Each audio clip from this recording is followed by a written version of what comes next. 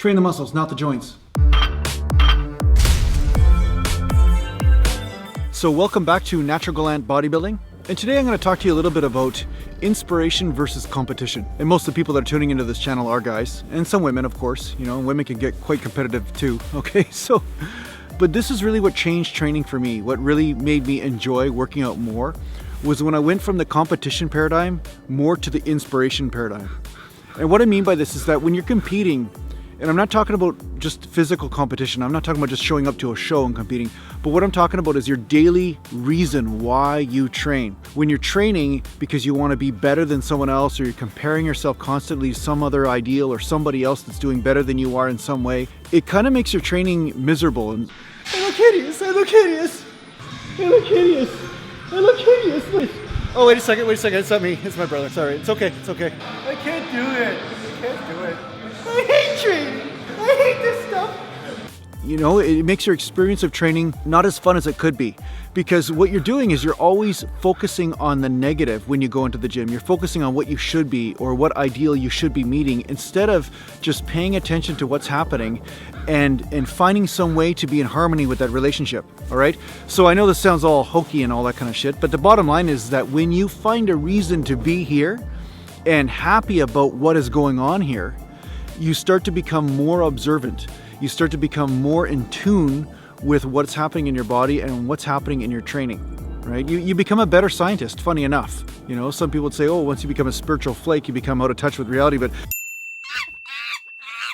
the truth is, the more in touch you are with the experience of life, the more scientific and practical you get. And there's less this shroud of negativity that's overlaying on things. And the reason why I'm talking about this is that I've noticed sometimes in the comments and on Facebook and stuff, there are people posting, hey, I did this for this many reps, I did that for this many reps, and sometimes they're inflating their totals, or sometimes they're trying to be competitive because they're trying to say, I'm so good, I'm of value because I did this, and I'm of value because I did that. But what if you're of value anyway, no matter what you do? You know, what if this is just a game and you can enjoy it and really enjoy having fun with it, and, share your experiments with people and share your findings, with what's working for you to help other people.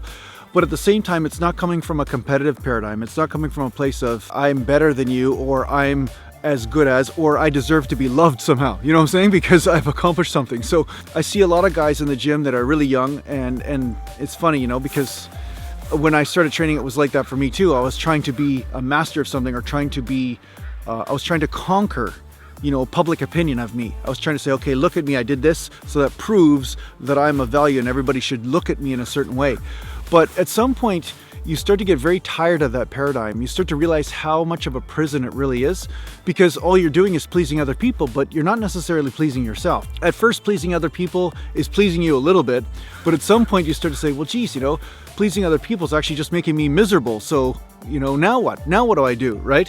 And that's when you turn from competition to inspiration. And that's when real genius emerges. That's when you start to really enjoy what it is you're doing, because it's really about the relationship that you have with your hobby, or you have with your creative outlet, or you have with your bodybuilding or your weightlifting or powerlifting or whatever it might be. Because when you're lifting weights and you're really in relationship with that, there is a joy or an experience in that in itself that has nothing to do with being better than this other person. It's like you become so intimate with what's going on that you just don't have time to pay attention to other people and to comparing, right? There's an experience in this that you can see when you start to just let go of this competitive side, because as men, we're trained into this, and women these days too, because we're all manified in some way in this society, right? We're always trying to achieve and conquer and try to become the best, get the most social media following or whatever it is, right? But the bottom line is that when you really learn to enjoy what you're doing, you start to become a master. It's like a musician. When a person is enjoying the music that they're creating, they start to become very aware of the subtleties of what creates a great masterpiece.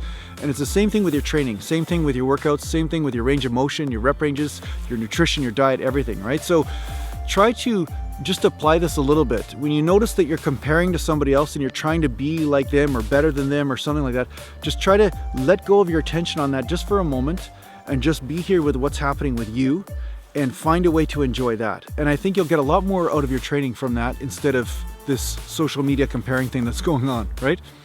So I hope this helps you with your training. And if you need to get a hold of me, just go to naturalgallantbodybuilding.com and take care for now.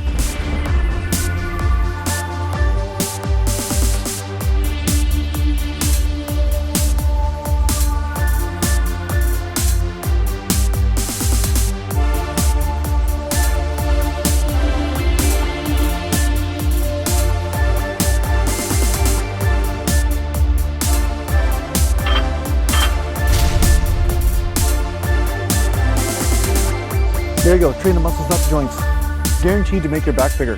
Guaranteed.